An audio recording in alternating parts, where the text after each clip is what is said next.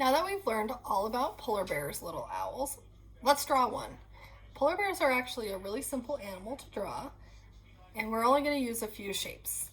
When I draw today, I'm going to be drawing with a Sharpie. You may want to draw with a pencil and then trace later, or leave it with pencil just in case you make a mistake. When I start my polar bear, I'm going to start with his eyes. I'm going to put 2 eyes right in the middle of my page. So I'll find the middle, and I'm just going to draw 2 dots. They're not itty bitty teeny tiny, but they're not giant either. Now I'm going to draw a nice big oval shape for the snout of the polar bear. It can be small on the top and bigger on the bottom, or you can keep it even. It's up to you as an artist. I'm going to keep mine even. Just like that. Now, closer towards the bottom, I'm going to draw a sideways oval for the nose. I can either fill this in completely. I usually like to leave a little shiny spot because polar bears have wet noses. So I'm going to draw a little oval on the inside, on the top, and then I can fill it in. Next, I'm going to add a mouth. You can choose how your polar bear is feeling. He could be feeling calm, and you can draw a straight across line. He can be smiling, he can be frowning. I think I want my polar bear to be happy. So I'm going to draw a little tiny line that comes down from the middle of that oval, and then a smiley line, just like that. Now, to make it look more like a polar bear and not just eyes and nose in the middle of the page, I'm going to draw a big rainbow shape all the way around that facial details that I just drew. It's gonna come, I like to go from the bottom to the top, but you can go from the top to the bottom, up, around, and back down. You can keep it even. Mine got a little bit narrower on this side. That's totally fine. No one can draw it exactly perfect, even Mrs. Fowler. Let's get some ears. These are going to be smaller little rainbows on there, on the top of his head, with an even smaller one on the inside. Can fill that in, and do it on this other side. Oh, mine kind of looks like he's tilting his head sideways. How fun is that? Now I can add some polar bear arms. I'm going to just do a big skinny U shape that goes up and around and touches the side just like this, and then again on the other side. I can get some polar bear claws in there. Those are triangles, just like so.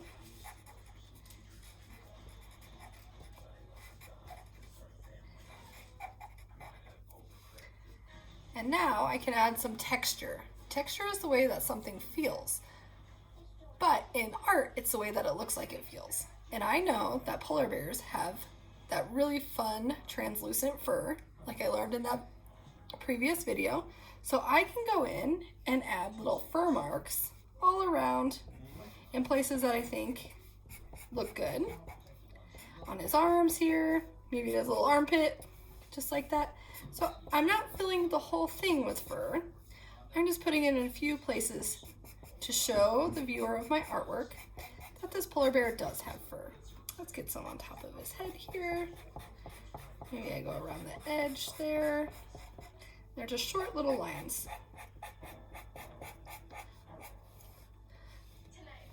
Something else I like to do is you can add simple little dots to show some of those fur textures as well,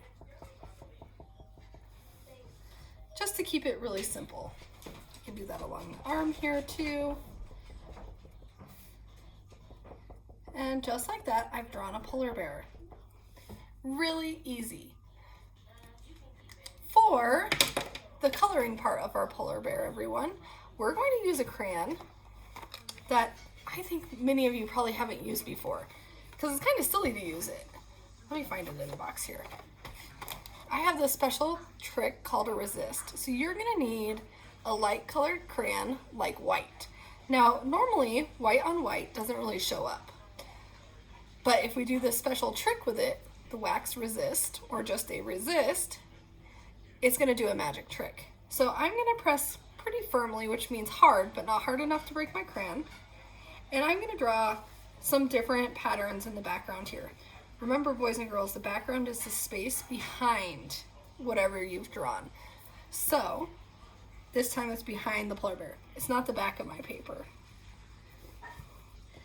I'm just drawing a special line in here. I'm gonna do a couple of little shapes too.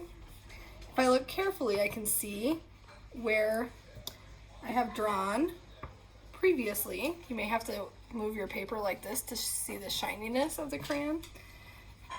But I'm just adding these fun details with the white so I can do this resist, or a magic trick. So you can either use the marker hack, or if you're lucky enough to have watercolor paints at home, you can use those. I think I'll use my watercolors this time. And I don't have a paintbrush. Let me go grab one so we can show you this magic trick. All right, I'm back with my paintbrush. I got a nice one here. You can always use a Q-tip or your finger to do the painting. So when I use this paint, I just need to add a few drops of water to the actual paint. So I have a jar of just clean paint.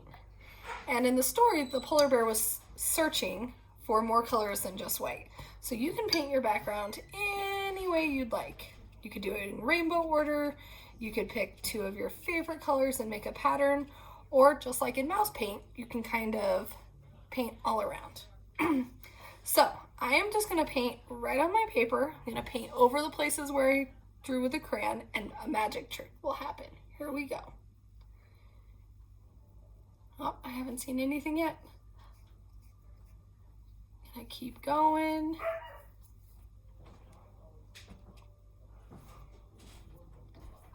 Look how cool that is. The wax and the water from the paint aren't friends. So anywhere that they touch, the crayon is gonna say, "Get out of here, paint," and move the paint right off of it. I'm gonna continue painting the rest of my paper to reveal the rest of my fun designs.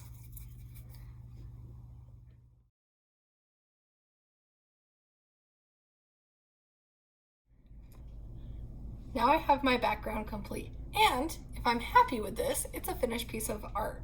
I'm gonna let it sit here on my table to dry so none of this paint drips down or I don't rip my paper, because I actually just used regular printer paper for this, not nice thick paper. But if I want to add one last detail, in the story the polar bear finds that beautiful rainbow. So in between his hands, I can have him holding a rainbow.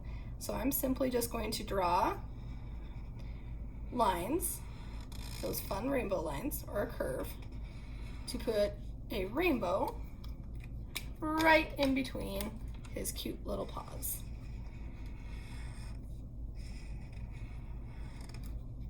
I can leave little white spaces in there if I'd like, or I can make them touch like I did there. But I'm going to go in rainbow order, which is red, orange, yellow, green, blue, and violet.